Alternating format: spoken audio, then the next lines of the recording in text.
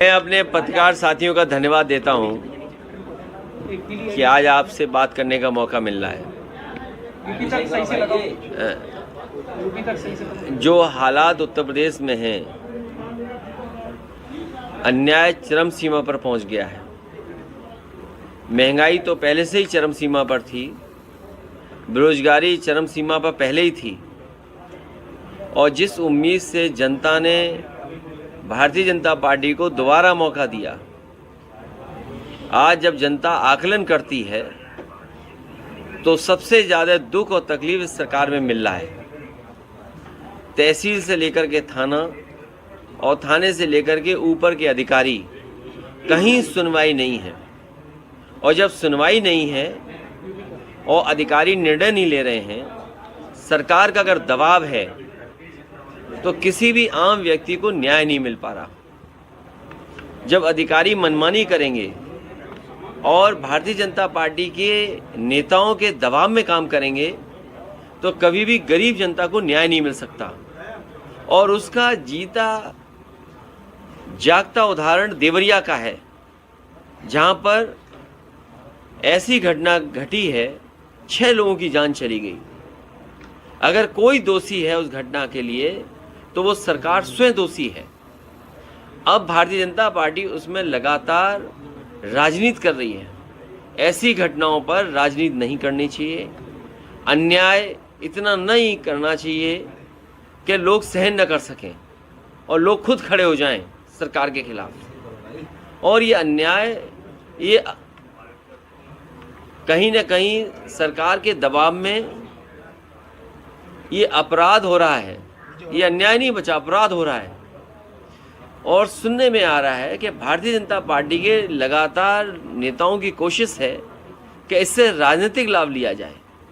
राजनीतिक लाभ लेंगे अगर आप, तो घटनाएं बढ़ेंगी, कम नहीं होंगी।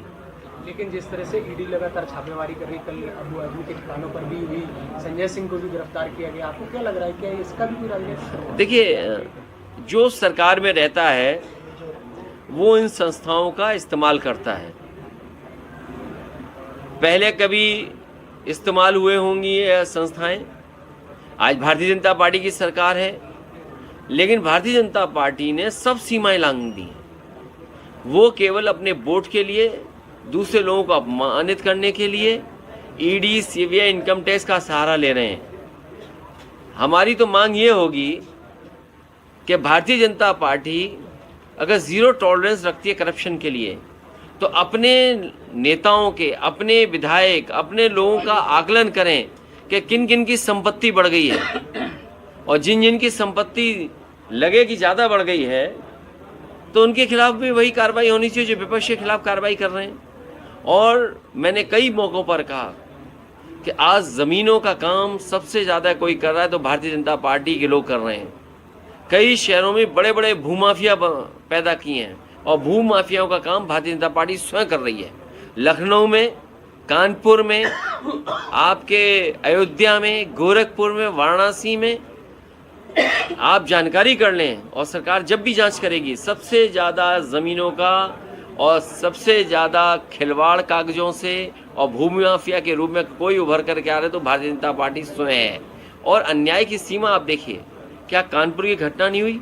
एक किसान की ज़मीन लिखवा ली, 6 करोड़ का चेक दे दिया, बाद में उस गरीब आदमी से चेक वापस लिया, चेक फाड़ दिया, उसे आत्महत्या करनी पड़ी। उसे कौन बचा रहा है?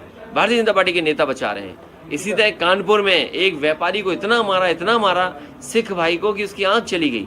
कौन था वो? भारतीय जनता पार्टी का कार्यकर्ता था। इसी तरह और जगह अगर आप देखोगे, सबसे ज़्यादा अन्याय इनकी सरकार में हो रहा है। आज ही खबर पड़ी है कि कानपुर देहात में भी और कानपुर में 2 पक्ष में झगड़ा हुआ, 2 लोगों की जान चली गई केवल ज़मीन के विवाद में। सरकार को ये देखना चाहिए कि जो जहाँ पर ज़मीन को लेकर के विवाद हो रहा है या विवाद से जान जा रही है, आखिरकार वो अधिकारियों को कितनी एप्लीकेशन दे चुके हैं। सर, उद्योगपति मालोमाल हो रहे हैं, कहीं कहीं किसान परेशान है, किसान आत्महत्या कर रहा है, कैसे देखते हो सर? देखिए, धान की फसल तैयार है और अभी तक धान की खरीद का इंतजाम नहीं किया सरकार ने। गेहूं तो प्राइवेट कंपनियों से खरीदवा लिया और धान की कोई भी तैयारी सरकार ने नहीं की। हफ्ते 2 हफ्ते में धान कटने लगेगा, सरकार कहाँ से खरीदेगी, ये कोई सरकार का इंतज़ाम नहीं। इसीलिए सरकार किसानों की नहीं है, गरीब की नहीं है, गांव में रहने वालों की सरकार ये नहीं है। ये सरकार है बड़े बड़े लोगों की, उद्योगपतियों की।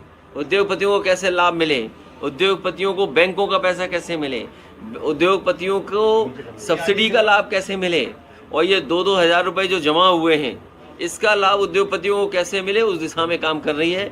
सुना है आज आखिरी तारीख है कि कल आखिरी तारीख थी, कहीं ऐसा ना हो कि बीजेपी फिर बढ़ा दे समय 1 हफ्ता, क्योंकि हो सकता है उनके जानने वालों के पैसे अभी 2000 पूरे जमा ना हुए हों।